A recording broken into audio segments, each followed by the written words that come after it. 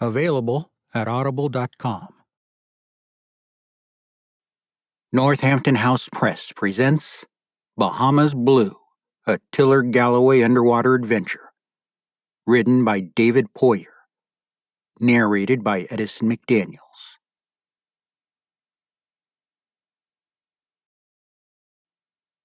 He looked back into the passageway. A strobe flickered again at the far end. A feeble gray-blue glow bled down from the surface. His unease, the same apprehension that had made him search the horizon before they went down, grew stronger.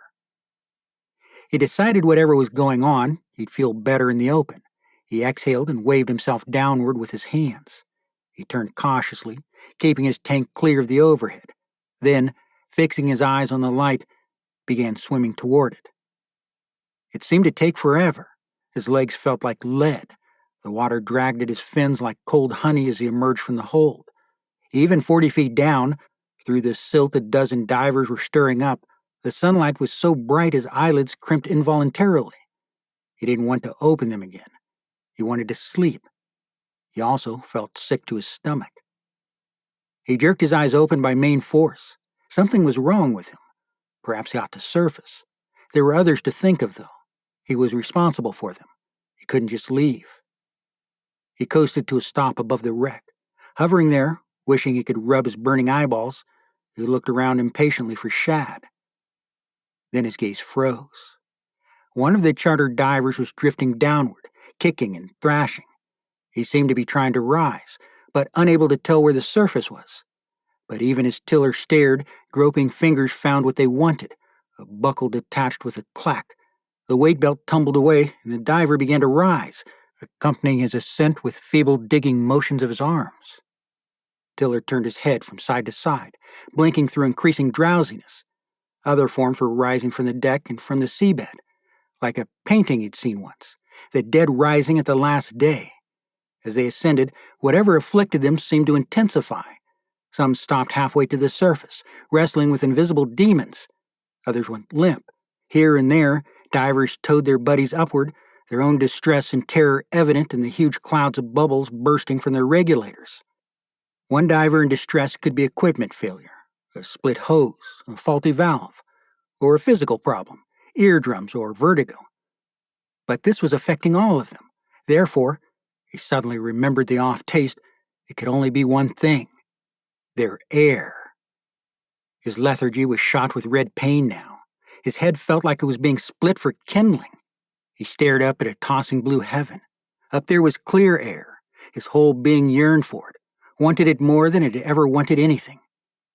He folded himself at the waist and swam downward toward the figure on the deck. 2 yards away, he saw it was one of the women. Her eyes were fixed through the twin windows of her mask. She was blushing. Her hair waved like blonde seaweed where she'd torn her hood off.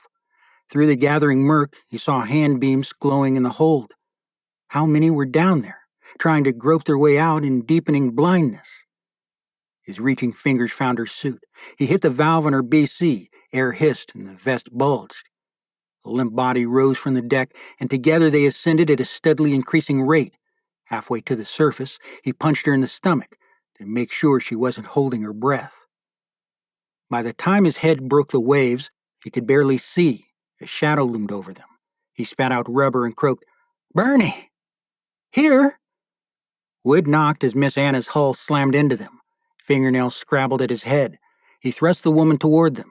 Her head lolled back. He couldn't tell whether she was breathing or not. "Take her. Got trouble below." "I've got her. Tiller, what is it? What's going on?" "Bad air. Listen, there's a half-full tank forward. From last week. Get—" But then he stopped. By the time she found it, attached a regulator and handed it down, people would drown. "What do you want me to do?" "Never mind. Try to get her breathing. Try mouth to mouth. Then CPR." "Tiller, no! Come back!" But the sea closed over his head, cutting off her scream. Several were on their way up. They rose as he struggled to descend. It was like fighting his way back into the grave. He couldn't tell if it was in his head or in his eyes. But he could no longer see the wreck, only a blue-black murk, and here and there writhing shapes. A clatter burst abruptly all around him. the chatter of mad katydids on a summer night, the noisemakers divers carried to signal with. Only now there was no communication, only a staccato scream echoing in the sea. A mouth opened under him. He sank toward it, unable to move his legs, and through into blackness. Available at audible.com.